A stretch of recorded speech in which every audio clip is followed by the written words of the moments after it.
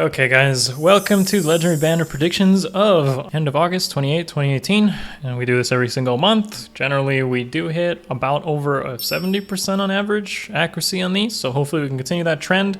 There have been some patterns broken, almost every single Legendary Banner. They do want to keep us on our toes, but we'll use whatever logic and patterns we have to make this work. First of all, guys on Twitch, say hello to YouTube. Give some messages in the chat for some love. Share that love. And those of you on YouTube, feel free to leave a comment saying hi to Twitch in case you can't come to our streams. If you have any sort of predictions that you want to add, feel free to add it in the comments below, or any patterns I may have missed out on. You can also join our Discord and feel free to check out not only these predictions in text, like how they're shown here, but also to discuss what possible Legendary Banner units could show up at the end of the month.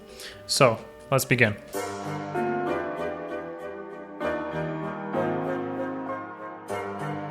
First of all, you'll probably notice that there are some rules that have been changed. We have now officially 3 seasonals. I want to start off here with oddities. This is the rules that have been broken. So now we've been using 3 seasonals the past 2 banners, and I feel like this is because, well, the New Year units, New York's fine. The New Year units they were a banner with 3 seasonals. This has usually been odd, but it was odd of them to actually do a July banner with 3 seasonals, and they might choose to do this on purpose just to reduce the rate at which Legendary Banners output seasonal units to keep up with the fact that, you know, we might not be getting as many seasonals as Legendary Banner can keep up with every single month.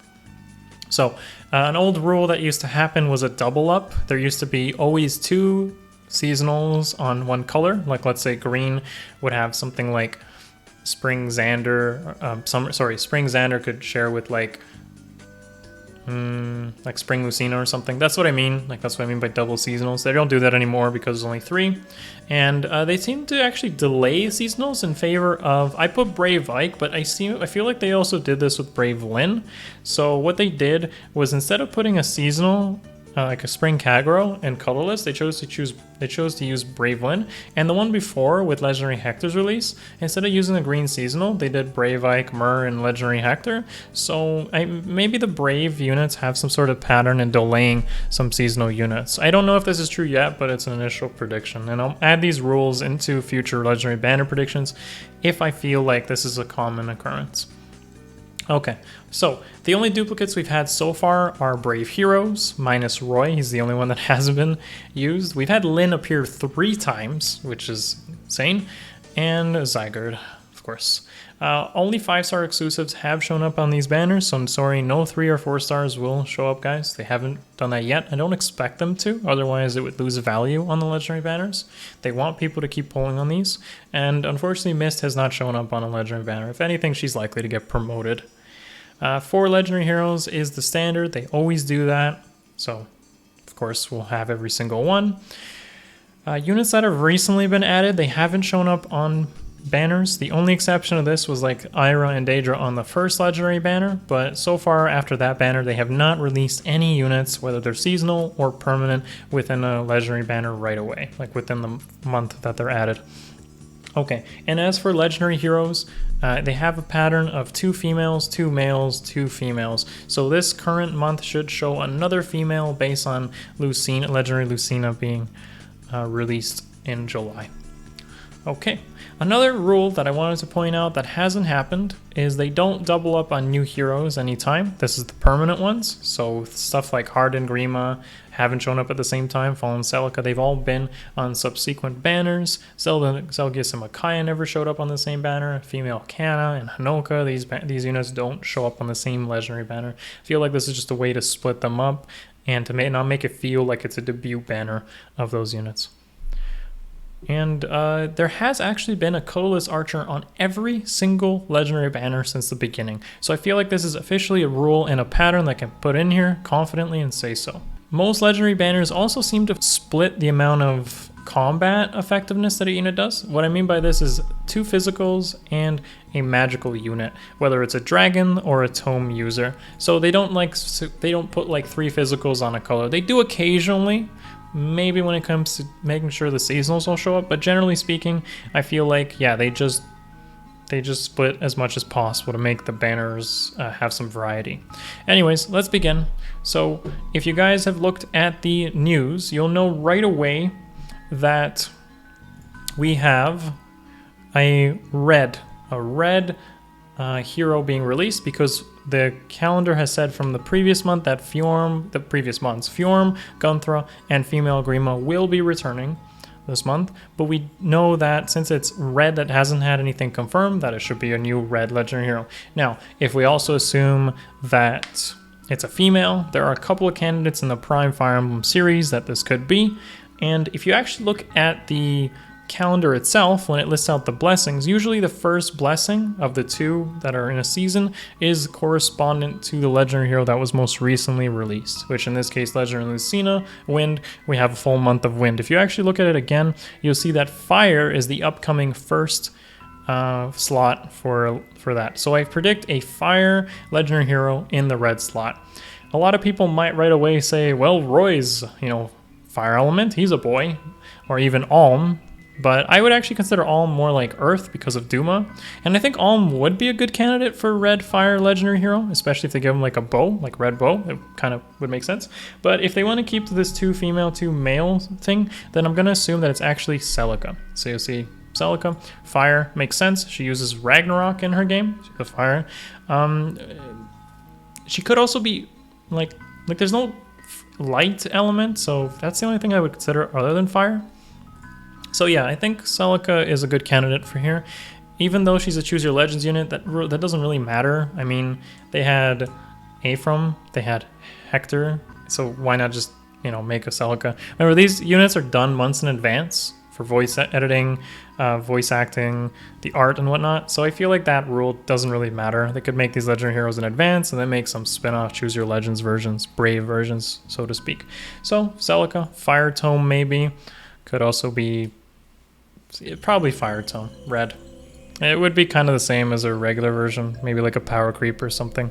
Wouldn't surprise me too much. If they do want to break the female-male pattern, then yeah, I do expect something like Alm to show up. These would be pretty exciting. We haven't had a Shadows of Valencia unit in over a year.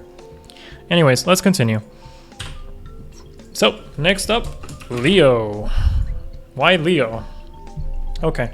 So, if you've looked at some of the previous legendary banners, they seem to have a trend where they put a subpar unit with a new legendary hero.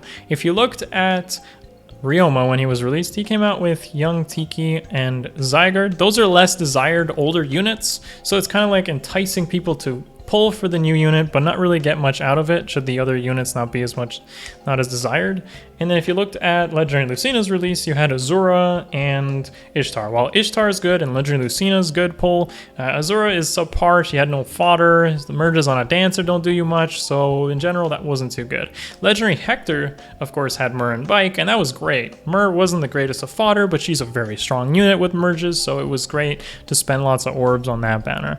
So yeah, Leo, old unit, does magic damage. He's not the worst for fodder, to be fair. He's got Quick Repose 3, which is a very good skill, can save you some feathers. And Leo himself isn't the worst unit, actually. It's better to add merges to him than to somebody like Azura, for sure. And at least he has QR3 for fodder, right? Plus his weapon can be refined and becomes a pretty decent unit. So I feel like Leo's time to shine might be coming up. Finally, after that, our boy Roy. So if Roy doesn't actually end up being the legendary hero, like Alm, then he probably will come up as a brave unit, because he hasn't shown up as a brave unit in a while. He's the only one that hasn't been, rerun, but he's still a popular unit, so why not give us Roy? Unlike the other units, Roy does have Gale Force's fodder, which again saves you 20,000 feathers. So even with Leo and Brave Roy in red and them being less desired, they have decent fodder that saves you feathers at least, so I'm not too disappointed if this was to end up happening. I'm less confident in this than I would be in some of the previous legendary banners, because we don't have a seasonal in red, so it's kind of hard to say what they would put there. But if it's not like Brave Roy, it probably will be Sword Heart instead if they want to use some of the newer units. So if it's not Brave Roy, I feel like Sword Heart is probably a good option here. as an alternative. But Bravery hasn't been rerun, so that's why I opted to choose that. So, next up, we have Fjorm. This has been confirmed, nothing special. Good chance to add merges to Fjorm since she only shows up every like 3 or 4 months now. You know, if you're looking for merges, it's very important to add Fjorm there because she shows up in Arena as a bonus unit, and that's one difference between her and the other legendary heroes. She consistently shows up as a bonus unit. So if you're planning to get into higher ranks like tier 20 or tier 21, every single time Fjorm shows up on a legendary banner, it's a really good chance to summon for her, get merges, and get your ranks up immediately. On top of that, bonus unit kills are even more important, so any additional stats you can add to Fjorm really go a long way. Fjorm is always going to be a pretty good pull as long as she's a bonus unit in Arena. Of course, she's a legendary hero, bumps up your score as well with water blessings. So there's a lot of, you know, Fjorm's not exactly the greatest unit, but with a bunch of stats, she becomes terrifyingly powerful. You know, over 40 res, or over 40 defense, over 60 attack, over 40 speed. You know, she's ready to destroy the meta. Very good unit. Okay. So, it's been a couple of banners, and I keep saying Nephany shows up on a banner. Why do I say Nephany? Well, a little bit of an oversight from the previous predictions. It seems like they don't want to put good quality units with the new legendary heroes, so now that Fjorm is back, and maybe some people have already maxed out their Fjorm, Nephany is a good way to make pulling for blue more enticing. Nephany has Wrath. I think she's a good way to say, hey, you know, blue's looking pretty good with Fjorm and Nephany side by side. Nephany's also a really good unit, merged up. She recently got a refinement, so why not? I feel like Nephany will get her chance to shine eventually. So please, Intelligent Systems, bring Best Girl home. Finally, to continue our seasonal units, we have S. Catria. Remember, we're only going to have 3. So S. Catria, a pretty good unit for an Arena Assault counter, one of. And her fodder is Chill Res, which isn't bad actually. Chill skills are very powerful, albeit a little bit unreliable. But yeah, generally speaking, S. Catria will be pretty good to pull alongside Nephany and Fjorm. It shouldn't be too disappointing. Plus she's a very popular character. So I think it's time we started seeing some of the spring units. So moving on, we know that Gunthra is going to be here. That was confirmed. Not much to say about Gunthra. Unfortunately, she scores the least amount of score when it comes to Arena and Arena Assault compared to all other legendary heroes because she's a ranged cavalry mage.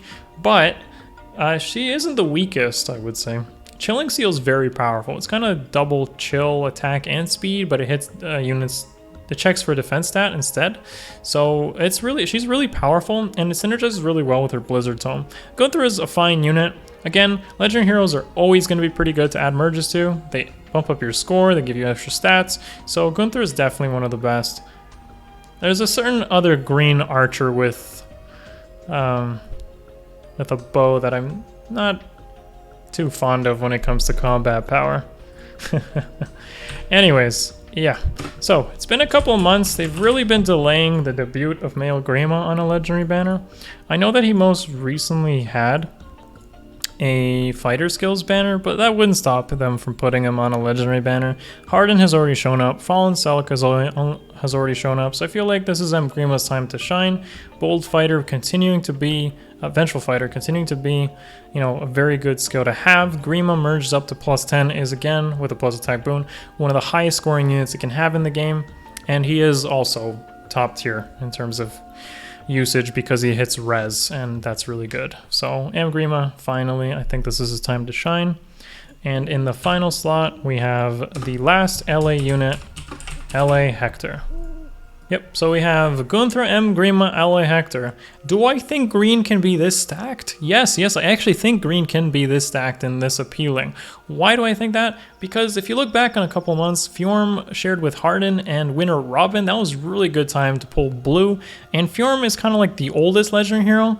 And Gunthra is really old as well. She's been on a couple legendary banners. So you can expect people to have like merged up Gunthras. And Gunthra herself doesn't really have too much for fodder, but it's really a good unit to merge up. So, you know, put these older legendary heroes with some really good units that they share with, and you entice people to pull green.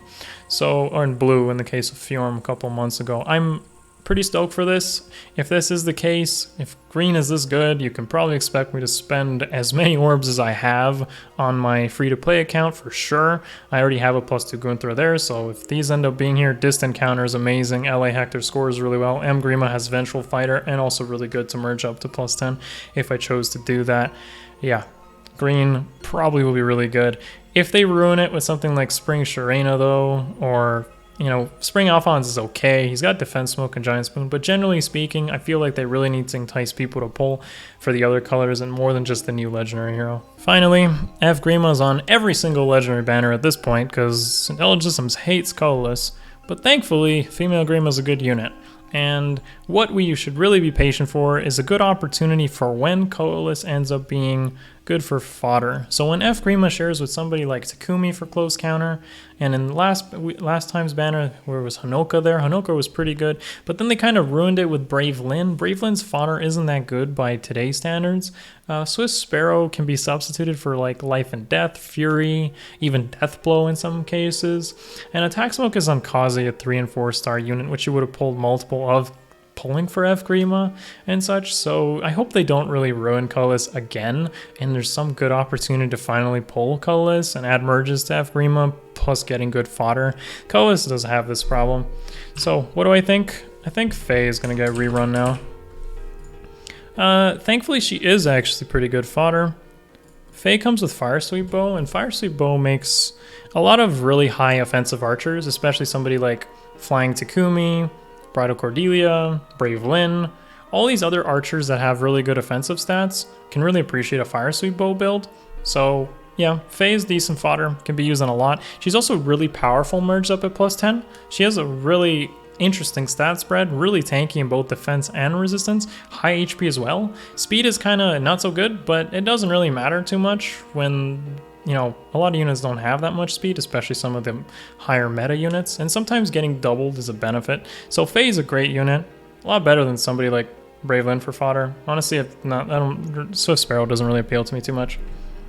And finally, Spring Kagero. So this will be our third seasonal. I feel like we're gonna be having 3 seasonals per legendary banner.